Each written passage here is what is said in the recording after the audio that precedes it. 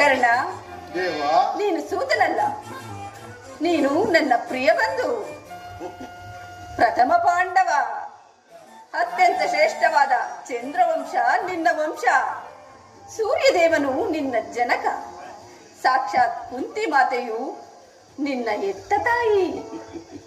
ಲೋಕೈಕ ವೀರರಾದ ಪಾಂಡವರು ನಿನಗೆ ಸಹೋದರರಾಗಬೇಕು ಕರ್ಣ. ಏನು ಹೇಳುತ್ತಿರುವೆ?